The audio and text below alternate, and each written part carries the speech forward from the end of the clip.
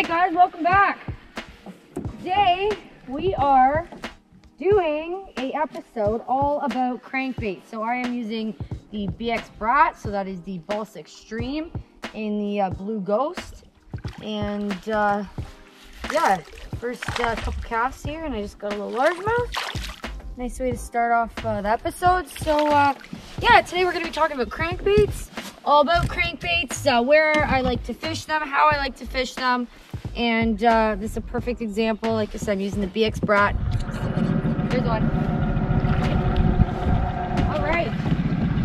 So what I like about crankbaits is they're so versatile. So they are extremely efficient at running over rocks and shoals and kind of deeper areas for smallmouth. If you have a deeper running, oh my gosh, this one's hooked good.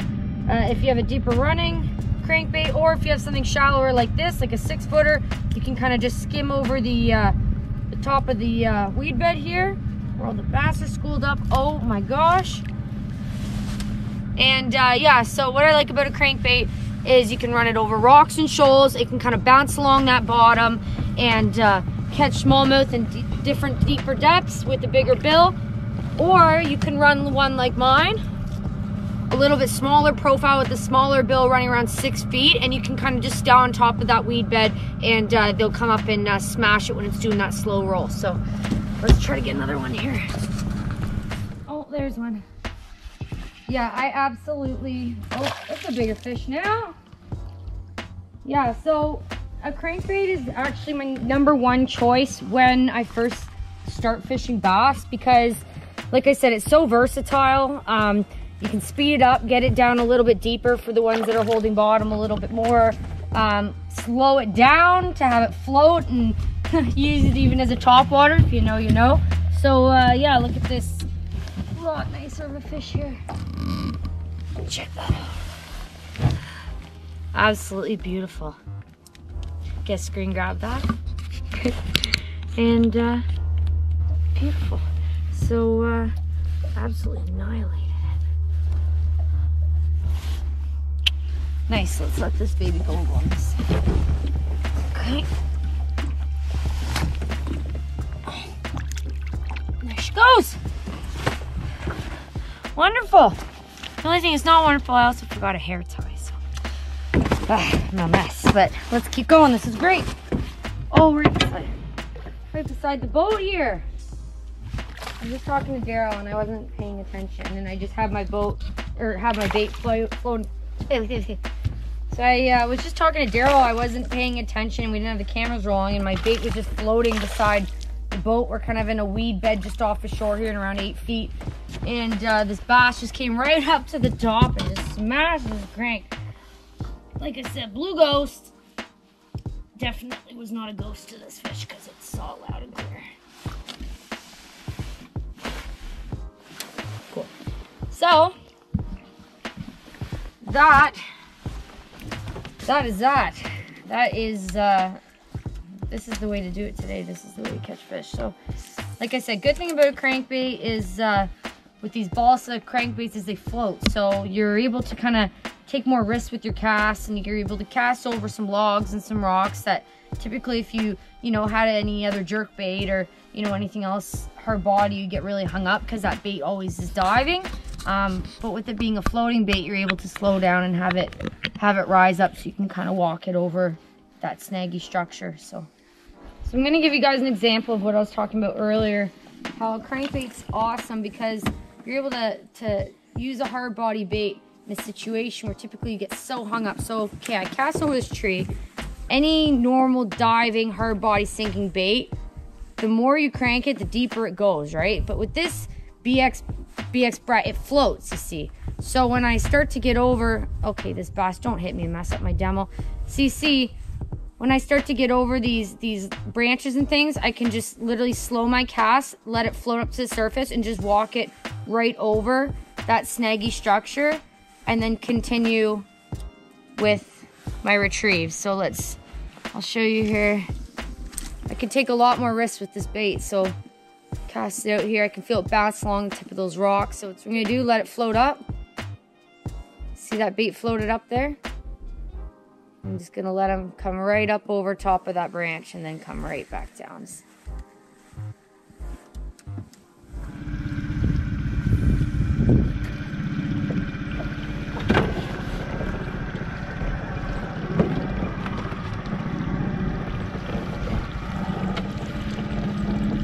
Oh, there's one. Okay, we are hooked up. This is actually a, looks like a nicer one here. Oh, a tiny bit of drag. My drag's always set so tight. I am the worst for that. I'll be the first to admit.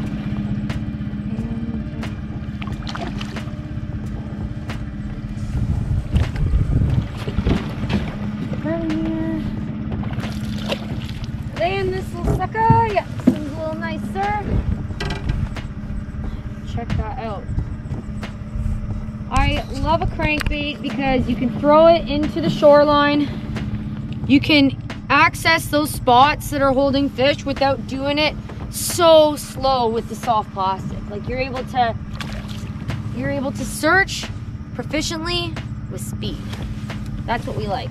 Efficient, fast, no messing around. If they're there, they're gonna hit it, and you can pull a lot of fish out from the structure. And like I said, you don't have the risk of getting hung up every 5 seconds like you would if you were, oh, this is a lot nicer one, if you were fishing with, say, a jerk bait. So these fish are actually just holding in between. I'm sorry. We know the bass will bite. Come on, don't get too mad at me. The bass are holding in between this kind of all this deadfall here.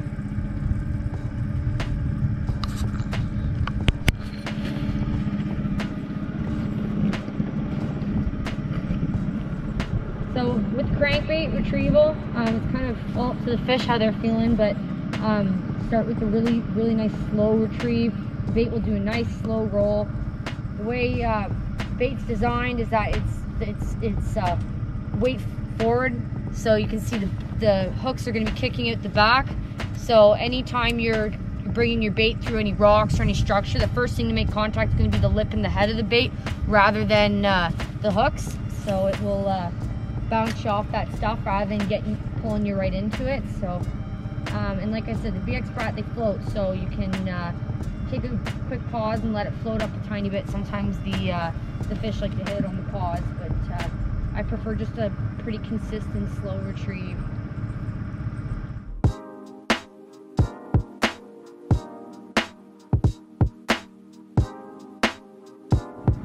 Alright, so unfortunately I just had that little pike I just got.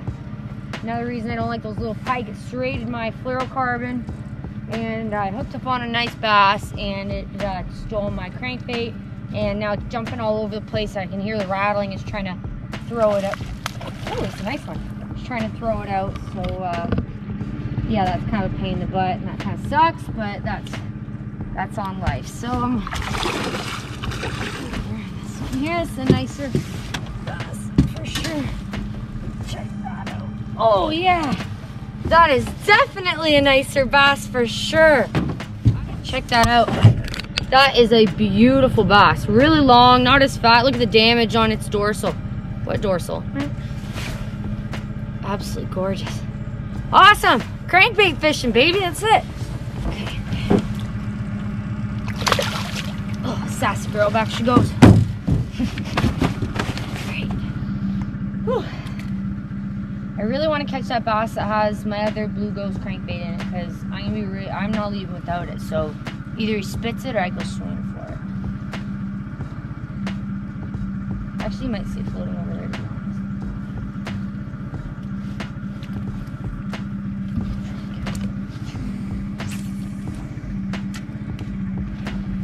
Well,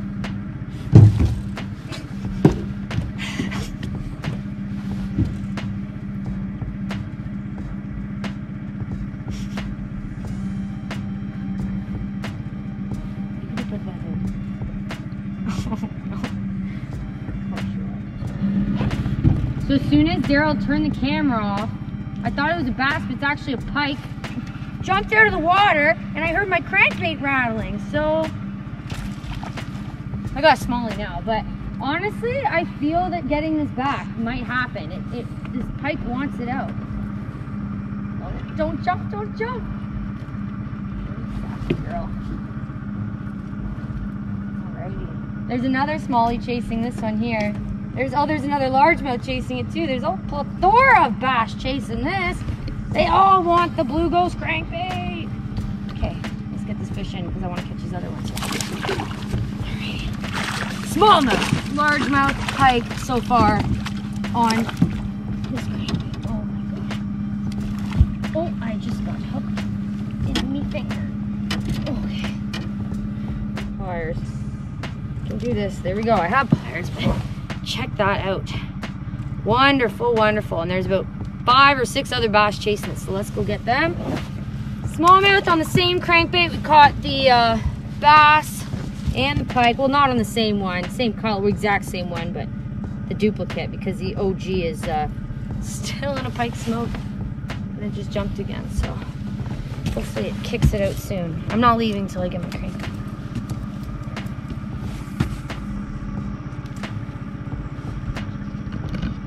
So where I'm fishing right now, it's a little bit of a narrow between 2 islands. Rocky shorelines with a, oh there we go, with the weed bed in between. And there's some deadfall and big boulders here on this side. So it is, it's one of my favorite areas to fish because if they're not holding shore and holding structure, then they're gonna be here in the middle in this weed bed. So, oh my gosh, this is sassy. This is largemouth here. It's a bit of a mixed bag of all kinds and kind of nice. So cast to the left in the wee bed, you get all the largies. Cast on the right on the rocks, you get all the smallies, and I'm not complaining. There's another big large. Oh, that's another really nice largemouth underneath this one. I'm not going to mess around anymore.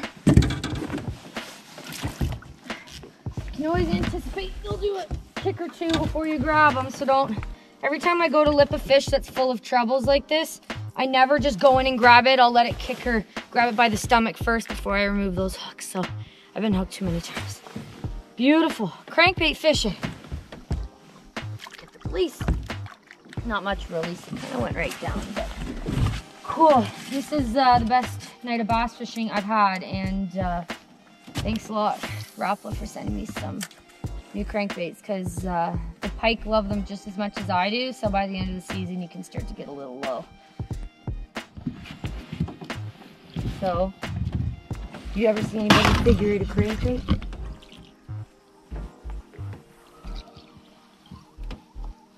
He tried to hit it once, but I was a little slow. Did you get it on camera? Oh, figure eight! Fast boat side with the crankbait! That is awesome! Oh, it still counts, right? It still counts? I don't know how girls fish with their hair down because I am so annoyed. I don't have a hair tie or a zip tie or anything that works, so I'm just kind of having to deal with it.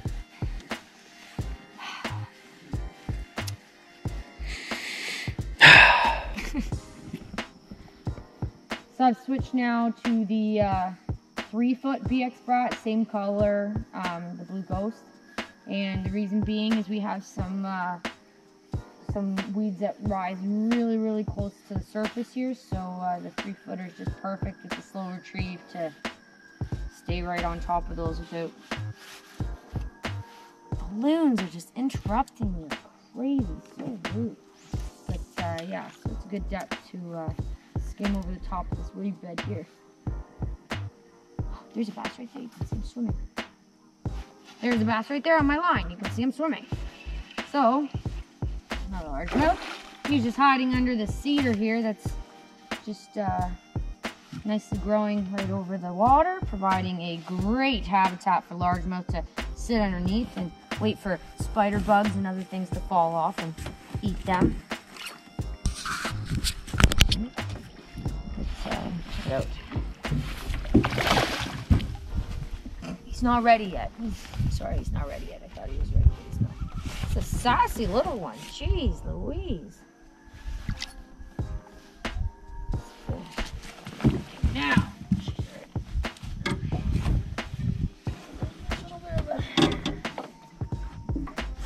check that out. Another fish on the Blue Ghost crankbait. I love crankbait fishing, especially later in the summer when all the fish are all hanging out in these weed beds, all conjugated. It is just unreal.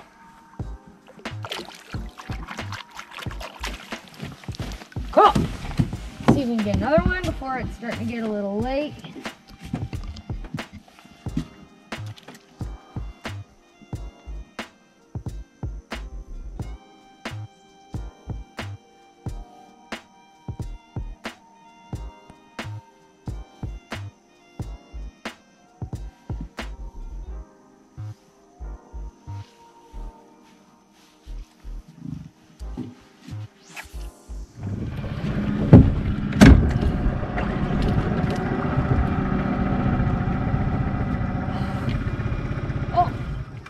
Here's a smallie that came right out from under the tree and just smashed it.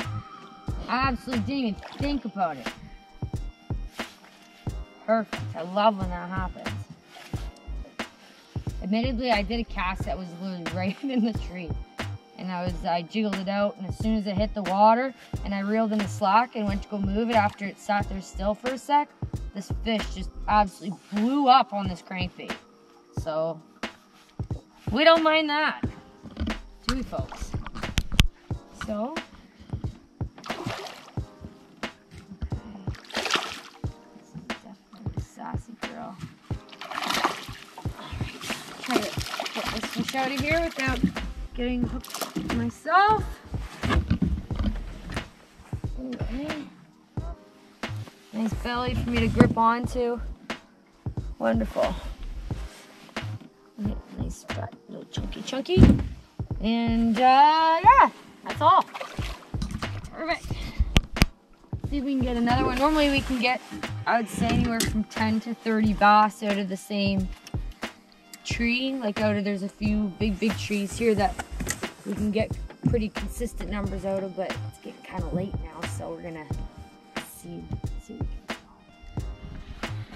All right, just got came back to this narrows here, tried 3 or 4 other spots, got 1 or 2 here and there, but this spot definitely is the most consistent, so we're back. And first cast, largemouth.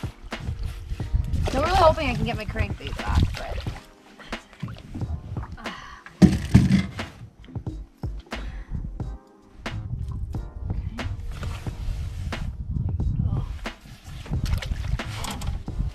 again.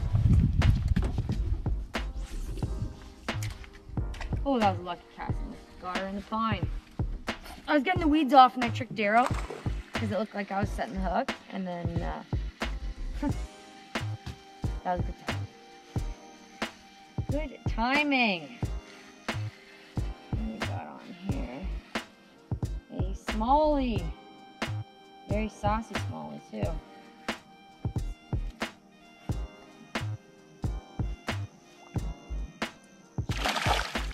This is a sassy fish. These smallmouth just fight so hard. Even the smaller ones here. Okay. Your time has come. Your time has come, my friend. Your time. Oh, your time. Right.